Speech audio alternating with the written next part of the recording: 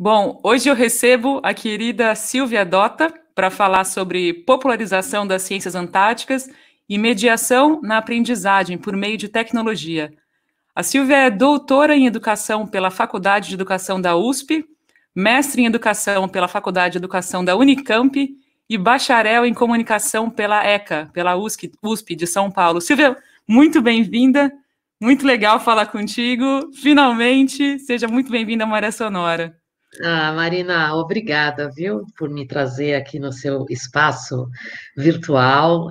Acompanho o seu podcast, gosto muito e estou muito contente que ele esteja crescendo. E parabéns pelo seu trabalho. Obrigada, querida. Você que me fez a estreia numa live ano passado e agora a gente está aqui de novo papeando, é muito legal. Eu gostaria de começar, Silvia.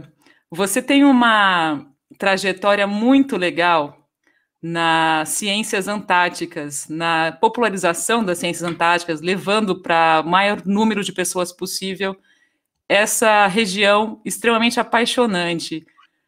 Você foi para lá da primeira vez? Quando? Como é que foi a sua primeira viagem para o Extremo Sul? Ah, Bom, a minha primeira viagem foi no ano de 2004. Passei o Réveillon de 2004 para 2005. Foi Bom, faz bastante tempo, né? Era muito diferente do que é agora, tanto para ir como para as coisas que a gente vê, né? Eu fui em um navio de turismo com 50 pessoas, cruzei o Drake 2 vezes sem enjoar, né? Das 50 pessoas, 49 passaram mal e eu fiquei lá firme e forte, né? Mas essa história da popularização, na verdade, a gente costuma falar divulgação da ciência, né? Porque tem a ver com o modelo de comunicação da ciência. Quando você se apropria do modelo de comunicação baseado no déficit do público, você chama de popularização, que é uma ideia de que eu estou tornando popular um determinado conhecimento. E aqui no nosso projeto, na verdade, a gente trabalha com divulgação e mediação da ciência, com a ideia de que eu e os públicos e os cientistas estamos mediando e transformando o conhecimento antártico para um conhecimento de públicos, para os públicos que ainda não têm conhecimento sobre a Antártica ou que não sejam especializados em várias áreas, assim como eu, por exemplo, não sou especializada, né, em física, biologia. Então, é um processo de divulgação que a gente chama de dialógico e interativo e que conta com a participação dos públicos.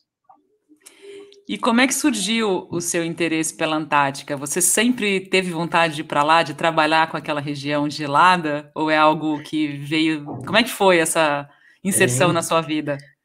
Então, sim, eu acho que eu sempre tive, né, uma coisa desde a infância, que a gente não sabe nem dizer de onde veio, né? Eu sempre tive essa paixão pelo mar, que esta eu sei de onde veio, que foi o Jacques Cousteau, que me despertou a paixão pelo mar. Eu queria ser mergulhadora, me tornei mergulhadora muito tardiamente, porque mergulho é uma atividade bastante cara, que estava bastante distante das minhas possibilidades, né? Mas eu me tornei mergulhadora e eu queria mergulhar em águas frias, porque eu queria ver bichos de águas frias, né? E eu não tinha noção nenhuma como é que uma pessoa que vive num país tropical vai mergulhar em águas frias. Eu queria mergulhar na Antártica, queria saber se era possível. Nem achava que era possível ir para a Antártica, né? E um dia estou aqui lendo uma revista, eu assinava uma revista de medicina de mergulho, né? Que se chama Divers Alert Network, caso você queira fazer propaganda.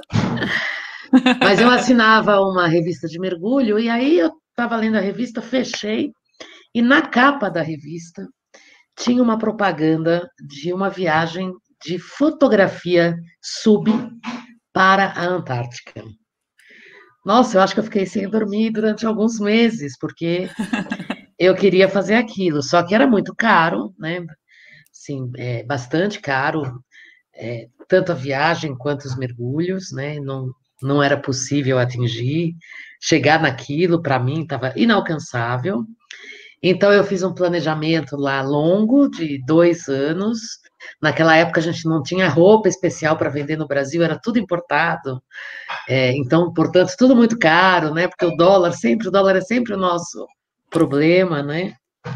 E aí, enfim, eu consegui encontrando, que aí quando eu vi esta, eu fui atrás de outras possibilidades, acabei encontrando uma possibilidade que estaria ao meu alcance daí 2, 3 anos, me planejei, né?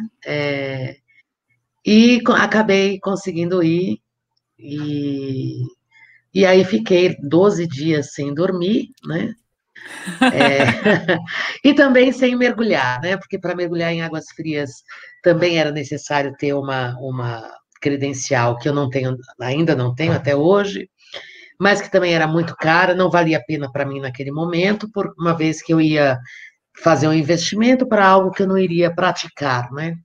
Então achei melhor usar aquele dinheiro para esse investimento que era visitar a Antártica. Então foi essa viagem de turismo foi a primeira e depois, como pesquisadora, quando é que aconteceu isso? Conta um pouquinho, Silvia. Então, essa ideia, primeiro que a ideia de divulgar a Antártica já estava antes disso em mim, né? Porque eu sabia da existência da Antártica, mas eu tinha pouca informação e não tinha acesso à informação. E eu queria ter acesso à informação. E aí eu descobri que eu não tinha, porque a escola não dava, né? A escola não dá ainda. A mídia também não traz informação.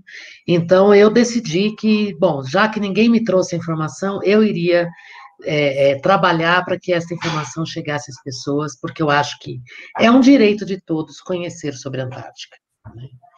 Então, eu fui lutar por esse direito. E aí, antes de ter ido para a Antártica a primeira vez, eu fiz uma disciplina no Instituto Oceanográfico sobre sistemas polares. Eu tenho esse defeito, né? Eu não viajo para lugar nenhum sem estudar o lugar, né? Então, eu saio de férias, mas eu saio de férias estudando ou geografia ou história, né? A cultura do povo, quando há povo, no caso da Antártica não há povo, né? Então, bom, e aí eu fiquei com isso na cabeça, eu ainda não era pesquisadora, para me tornar pesquisadora eu teria que passar em um concurso público, que veio acontecer muitos anos depois, somente em 2011. Eu já era especialista em tecnologia educacional, já trabalhava com isso há muitos anos, desde 96, que eu trabalho com mediação da aprendizagem por tecnologias, ou seja, lido diretamente com professores, com o mundo da educação básica, né, com a capacitação de professores. Então, quando eu ingressei na Universidade Federal do ABC, onde fui atuar como professora e pesquisadora, foi quando eu iniciei o projeto de divulgação científica, mas trabalhando especificamente com a mediação desta ciência antártica pelas tecnologias. Então, eu juntei o meu conhecimento de tecnologia educacional com a minha falta de conhecimento sobre a Antártica, né? Claro, eu tinha feito uma disciplina, mas isso não é suficiente. Então, como eu gosto muito de estudar, isso foi, eu acho que foi um casamento bastante interessante. Mas mais importante do que isso é que eu, para realizar o projeto, você sabe que ninguém faz nada sozinho, né? Então, eu precisei me aproximar dos antárticos. Precisei bater na porta, né? Conhecer o clube, conhecer as regras. Ainda estou conhecendo as regras, né? Conhecer as pessoas, atrair as pessoas, convencer as pessoas de que a minha proposta tinha valor, tinha interesse, era importante também, né? Não era mais importante, mas era importante também, né? E aí eu fui conquistando corações e mentes dos cientistas antárticos, que eu sou muito grata a todos eles, a cada um deles, todos eles me receberam muito bem, né? Abriram os braços e abriram as portas dos seus laboratórios, me contaram sobre suas pesquisas. Tem uma questão da divulgação da ciência importante nesse modelo de comunicação que eu me apropriei, que é o modelo dialógico interativo, que pressupõe a participação pública no processo da divulgação, que tem algumas características importantes, né? Desmistificação da ciência. Então, a ciência, ela não é algo pronto, ela é um processo. Então, nos meus projetos, eu foco em apresentar o processo e não o resultado, né? Então, se eu faço um vídeo, meu vídeo não é meramente informativo, como é, por exemplo, no papel do jornalismo, em geral, né? O jornalismo científico, nós já conversamos sobre isso, né, Marina? Mas o jornalismo, ele apresenta o resultado da ciência, porque o jornalismo tem outros objetivos também, né? Para sobreviver, ele precisa vender, ele precisa.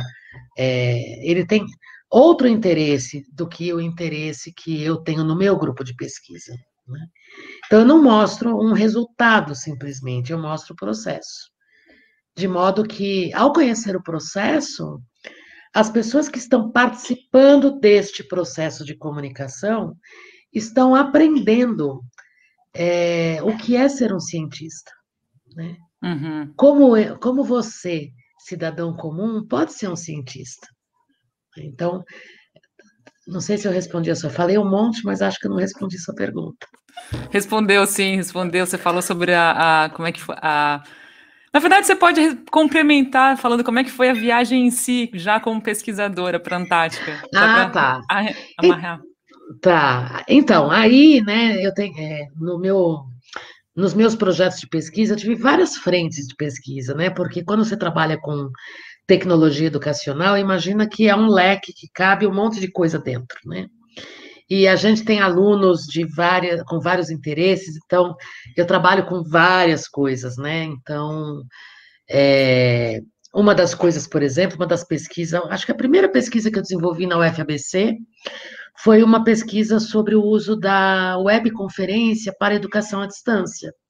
Uhum. Então, em 2012, 13, eu estava estudando o uso dessas salas virtuais que hoje todo mundo usa para fazer live, casamento, festa de aniversário, show de música, né? E, e ninguém queria usar em 2012, e eu fui estudar sobre as potencialidades desta ferramenta para a educação à distância.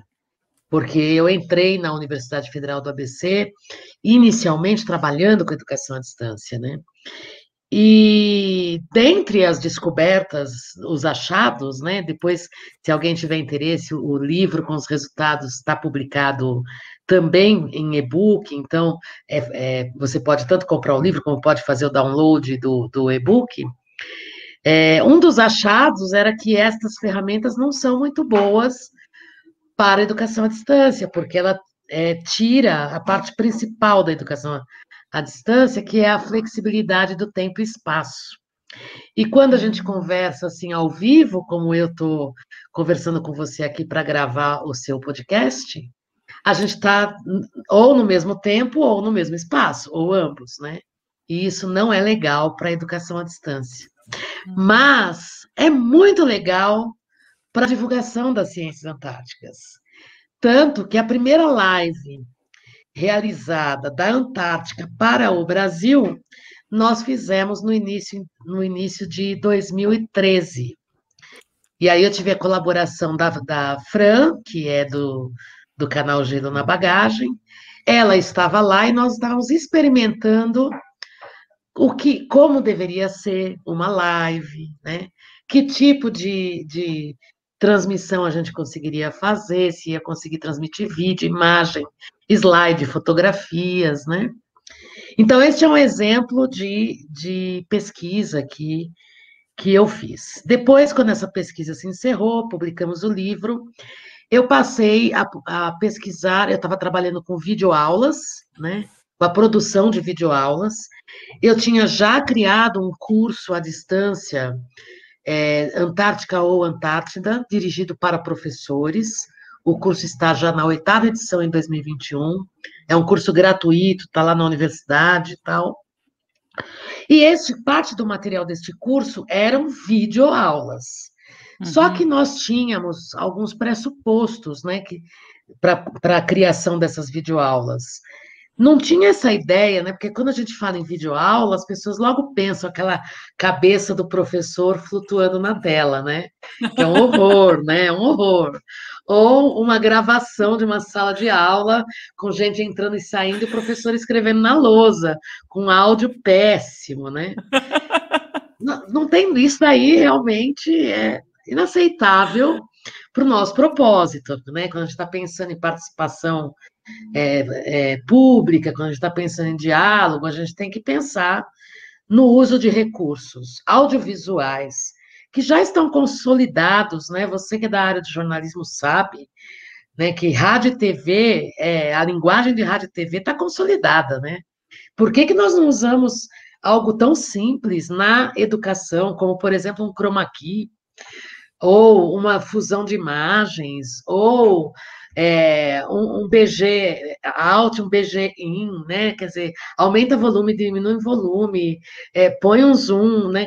Recursos audiovisuais que a TV usa desde os anos 50, 60, né? E que, com a internet, a gente, na área da comunicação, melhorou, né? A internet inaugura a interação, né, com o usuário. Então, o que eu fui fazer? Eu fui pesquisar isso, fui pesquisar a produção de vídeos científicos. Como é que tem que ser a produção de vídeos científicos para uma universidade, né? Considerando que nós não somos um grande estúdio de TV, não temos recursos materiais como tem um grande estúdio de TV, ou mesmo um pequeno estúdio de TV. Nós temos um estúdio bastante, como eu posso, modesto, mas que a gente pode fazer um vídeo com qualidade, né? E aí eu escrevi um projeto de pesquisa sobre isso. Estou, inclusive, entregando um relatório essa semana, né? E fui estudar a linguagem do vídeo científico, a fim de propor algumas diretrizes para as universidades e para os pesquisadores. O que os vídeos científicos têm de ter, né? Ele tem de ter o pesquisador na tela, o pesquisador precisa aparecer? Essa é uma pergunta, né? Que a gente vai responder lá no projeto. Muito bem, para realizar esta pesquisa, eu precisava de imagens de alguma qualidade, né? E assim, o pesquisador, quando ele vai para a Antártica, ele está com foco na pesquisa dele. Ele não está com foco em obter uma imagem de qualidade para a televisão, né? Ou para o vídeo. Ou ainda que seja um vídeo no YouTube, mas dentro dessas condições dentro dessas diretrizes que eu estou trazendo aqui no meu projeto de pesquisa. Então, eu precisava captar imagem e assim foi a minha segunda ida à Antártica. Mas eu não fui com o ProAntar, porque eu não consegui vaga no ProAntar. Eu fui em um navio privado, realizei a captação das imagens, ficaram faltando imagens importantes, porque é o seguinte, né? A Antártica ela é deslumbrante. Quando você vai fazer um vídeo sobre pesquisa na Antártica, você não precisa filmar a Antártica, ela vai estar no seu vídeo. E o foco de um vídeo científico, no modelo de comunicação que nós estamos tratando aqui, que é o processo da pesquisa, não é mostrar a beleza da Antártica, mas é mostrar o processo da pesquisa. Então, eu consegui fazer isso com algumas pesquisas, ainda que não brasileiras, né? E com algumas pesquisas de ciência cidadã. E, claro, a Antártica é o cenário mais lindo do mundo, então ela aparece no vídeo, né? Então, a gente conseguiu aí algumas imagens que são imagens que a gente chama de imagens base, que nós usamos nos vídeos dos cientistas, quando as imagens que eles nos trazem não dão conta de mostrar a pesquisa deles, né? Uma coisa importante sobre isso é que, ainda que a imagem do cientista, quem assiste os nossos vídeos no nosso canal vai ver que tem muita imagem tremida, tem muita imagem fora de foco, tem muita imagem que a câmera caiu, porque o cientista estava interessado em alguma coisa que não era filmar necessariamente. E nós usamos essas imagens como parte da linguagem, porque, veja, faz parte do processo da pesquisa, né? A ciência, ela não é perfeita e nem é exata, né? Claro, as ciências exatas são exatas, mas eu digo na captação de dados, né? Então, nós usamos essas imagens, que do ponto de vista da comunicação, elas teriam um desvio estético. Esse desvio estético é usado como elemento de linguagem nos nossos vídeos. Mas, só para dar um exemplo, né, a gente tem lá um vídeo que o cientista está explicando que ele coleta a amostra da excreta dos animais. Mas ele não tem um vídeo da excreta dos animais, né? Uhum. E aí eu fiz um vídeo do pinguim fazendo cocô, né? Então ali, sabe aquela coisa de casou, as pessoas entendem o que é excreta dos animais, porque excreta dos animais parece para nós parece uma palavra fácil, mas não é uma palavra fácil. Pode ser uma palavra difícil. E quando você mostra o pinguim fazendo cocô, você está mostrando a excreta dos animais e dando uma explicação científica para aquilo, até o termo científico.